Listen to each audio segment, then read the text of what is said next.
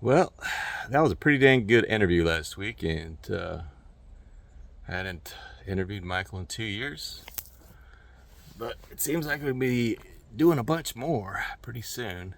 We're going to pick up where we left off in our first interview publicly, which is about food supply.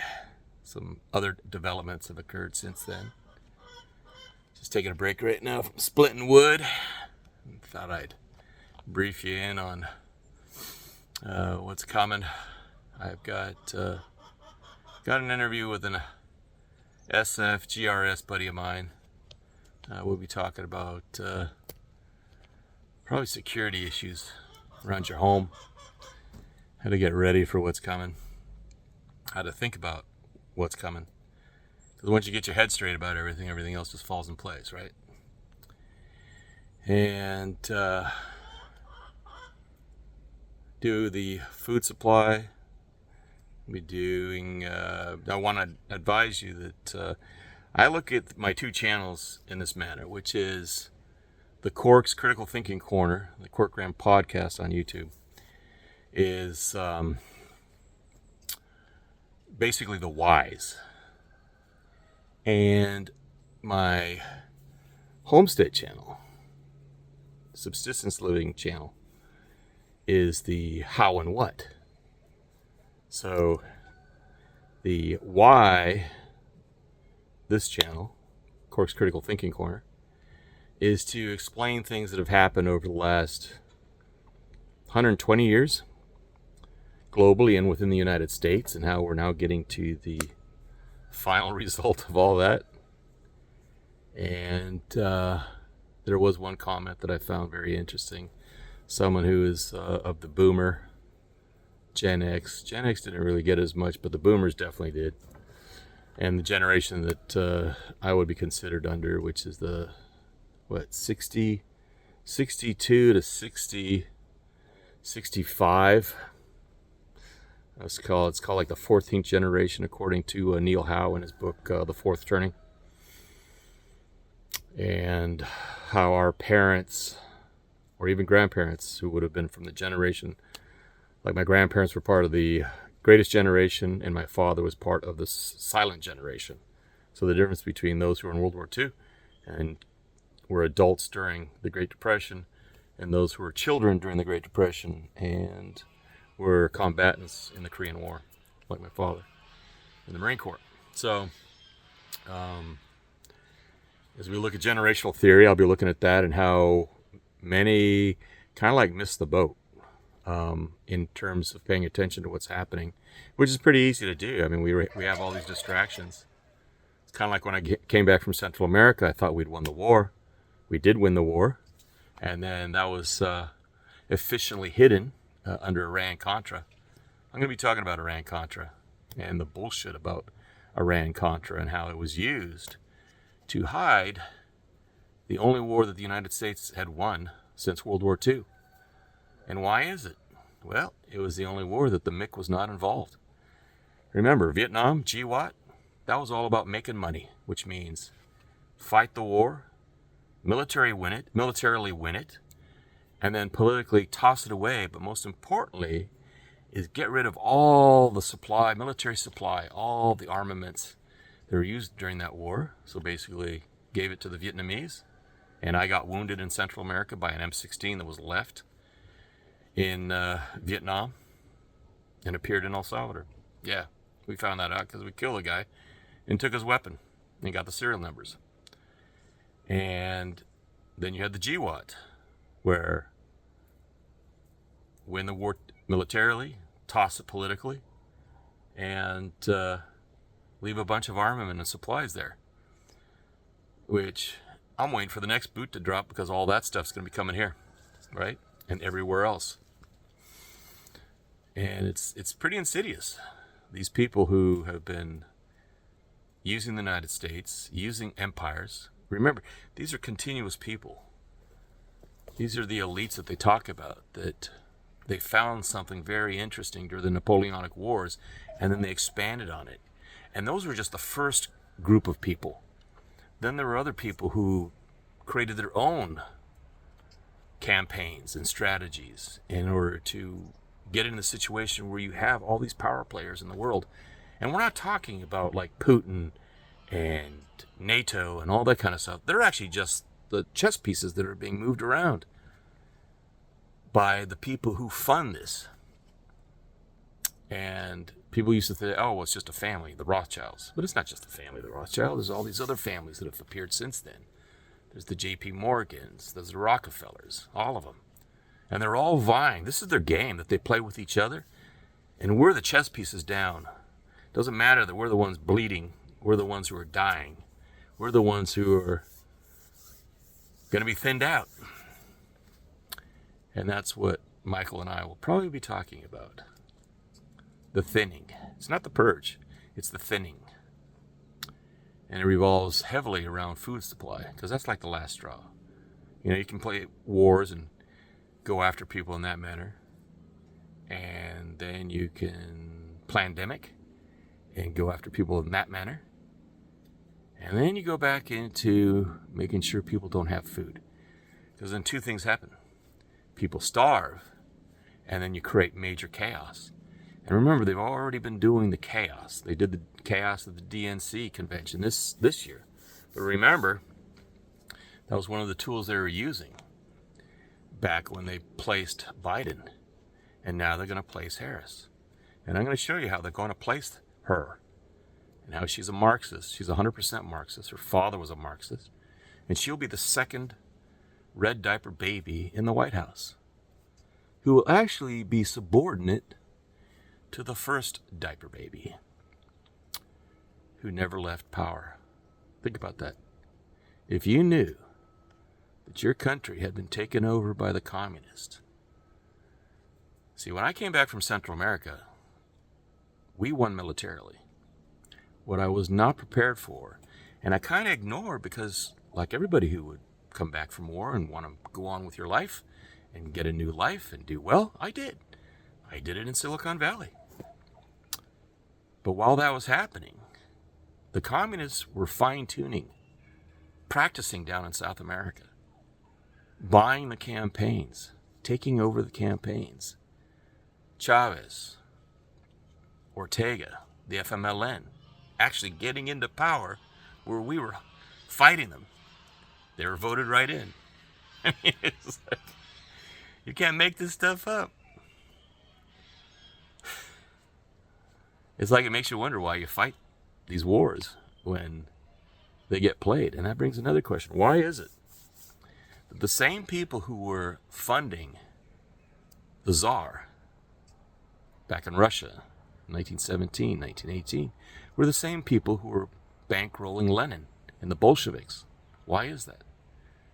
Because the international bankers always bet on both sides, because they never lose. That's how you never lose. When you have sides and you bank on both sides, you never lose. The international bankers never lose. The only time they did lose was during the creation of this country in 1776. That was the very, very first time. And since then, they've repeatedly been trying to get it back. And right now, at this point, they have. They had a little blip under Reagan. And yeah, it was just under Reagan. And then under Trump, there was an attempt. But Trump never had a full administration. That's how you understand that Obama came into power. And because he was in power, he represents, it's not him, he represents the fact that the communists took over the country and have been continuing to work at keeping control. So in the same manner that they placed Biden, they're going to place Harris. I think this time, though, when people are talking about the Civil War that's coming, and it's coming, I mean, it's a fact of history. It's kind of like, here, I'm splitting my wood. I'm checking on my bees. I'm getting ready to butcher a bunch of chickens. In a week, moose season starts. I'll be hopefully getting my moose. My winter moose. Actually, one moose. I've got enough meat for 3 years almost, with all the other stuff we got on here. And my pigs, got to butcher a few of those. But that's preparation in seasons. And every nation is like a living being. It's like life. It has seasons. And the question is, are whether you prepare for these seasons or you think somebody else is going to take care of it for you. And we've been so conditioned in this country to wait for the cavalry. The cavalry is not coming. And if the cavalry is coming, you better be afraid. Because if the cavalry is coming, it's coming from the government. And the government is no longer your friend. It has not been your friend as a citizen since it got to the size that it became. This is the very reason that everything was defined in the Constitution. I implore you, it's free. You can go online. Go read that thing. It describes exactly how our country is designed, why it's designed in that manner, and back it up by reading the Federalist Papers. If you want to understand the Constitution in depth, you need to read the Federalist Papers. Those are the thoughts, the ideas, the deeper explanations of all that is documented in the Constitution. Okay? Those are the finer thoughts of all the signers and the designers of the U.S. Constitution and why it was written in the manner that it was written. And one of the key points is think about how much we rely on lawyers in this nation now. And yeah, there were lawyers, like Thomas Jefferson was a lawyer, that created the Constitution. But the way they wrote the Constitution was to make sure that you did not need a lawyer. You did not need a barrister the way it's still necessary in the UK, and it was back before 1776 in the Americas. You needed representation. America was designed so that you could represent yourself and you could be judged by your peers. And look at how they've changed that, where they do everything they can to make it where the judge makes a decision without jurors. How twisted is that? And people accept it and think that's okay. That's unconstitutional, but it's allowed now for some reason. Somebody flying over right now. So I am asking you to read the Constitution if you're an American, or if you're coming to the United States. I'm pretty sure you're hopefully reading the Constitution. But also read the Federalist Papers and understand the Constitution through the lens of the Federalist Papers. That's where things are defined. The Constitution was written so that the common man could read it, so that people who went through a civics class until they stopped teaching civics, wonder why, could understand the Constitution and the laws, that you could rightfully and easily defend yourself in court if you had to. You can't do that now. The decisions aren't even made properly. They're not even made constitutionally anymore. They're decided by normally the judge. And if the judge does that, what's the difference between that and an old system that we had fought a revolution about removing ourselves from? So, look at this channel as the wise, because there are going to be more guests that I'll be bringing on. There'll be more information I'll be getting across, stuff that I'd studied, personal experiences in foreign countries, especially when we start getting into the talks about Civil War. I'll talk to you about Vietnam. I mean, I was there from 68 until 72. I was in Central America from 85 until 90. I was there during the Tet Offensive, our Tet Offensive. I've been in two Tet Offensives. I've been in the 1968 Tet Offensive as a child, watching it from the roof of our house and seeing the effects of it when I was in hospital. And then seeing it in Central America in San Salvador when they replicated the same type of campaign that they successfully did in Vietnam in order to get the media attention. But since the media attention wasn't in Central America at that time, in El Salvador, it didn't work. And they basically blew all their ammo, and suddenly they're at the peace talks. Funny. Would that have happened in Vietnam if the media didn't jump on it in order to make it look like we were losing the war in Vietnam, when actually by that time the war military had been won by 1968 and was already being led to with the Vietnamization of the war, that we would be able to pull out. Kind of reminds you of what happened in Afghanistan, huh? Yeah.